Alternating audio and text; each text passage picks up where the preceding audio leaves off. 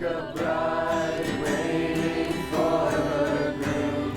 We'll be a church ready for you, every heart longing for our King. We sing, even so come, Lord Jesus, come.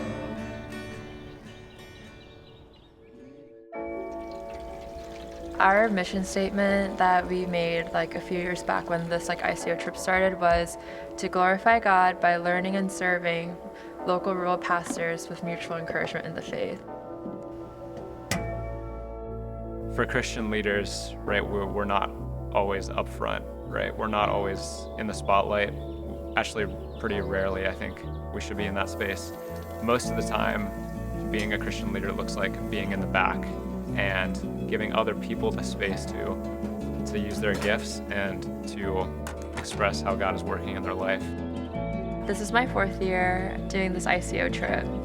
So I've done it every year since freshman year, and the Lord speaks to me directly through these trips where he is pointing out something very personal to me that I am able to almost unlearn in a completely different context than I've ever been in. So that's really cool. And yeah, I can't say it's anything else but God.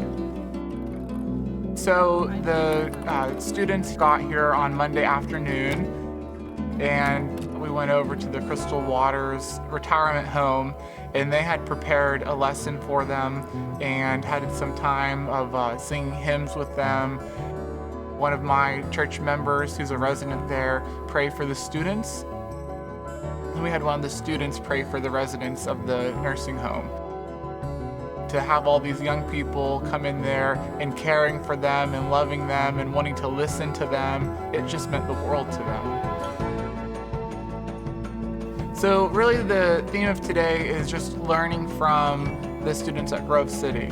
I say, what our church really needs is that perspective. What we really need is that fresh set of eyes and that young passion. As a 20-something-year-old who's thought a lot about ministry and is going to a really cool college, I can share that perspective with a congregation that might have another perspective that's in an extreme. We can kind of balance each other out in a really cool way. Not that we are giving him any new ideas, but truly as the next generation, we are able to speak into what the youth desires and just where we're headed as a generation, and especially as the age gets more secular, what are we supposed to do to counter that? There is a river whose streams make glad the city of God, the holy habitation of the Most High. God is in the midst of her, she shall not be moved. God will help her when morning dawns. The nations rage, the kingdoms totter. He utters his voice, the earth melts. The Lord of hosts is with us. You even see how simply our presence as young Christians who are really passionate about Christ, how that presence alone is something that can encourage older believers. Being a pastor, who's a little bit on the younger side, sometimes there's that generational disconnect, and having the students come in there with their passion and with their ideas, it's a great way for the congregation to be refreshed and have some perspective of it is possible for young people to be on fire for Jesus Christ, to have that, that passion of the Holy Spirit moving and working in their lives. That is possible. That can happen here in Marion Center. I think Kyle for us is in a really cool position, as I think he's later 20s, we're early 20s. So he's really in a cool position where he can give us a picture of what our lives might look like in a few years. Those older people in the faith, the older Christians in the faith, they give us a picture of what we could be and what we can grow into and mature into. They're able to kind of see, okay, what does it look like to be in ministry in your 20s?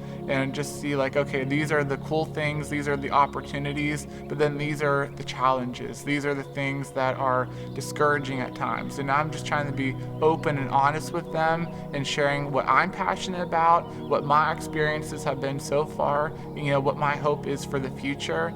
And I think from what they tell me, they've been able to get something out of that, but just sharing with each other, I think, has been really mutually beneficial. It's been so transformative every year. It's been a highlight. How my heart longs for rural ministry is just like something from the Lord. I am just grateful that the seemingly like unglamorous is glamorous to me. I think in a lot of ways, rural ministry teaches us that we don't need to be extravagant to preach the gospel and to be faithful to God. Bye, Mom.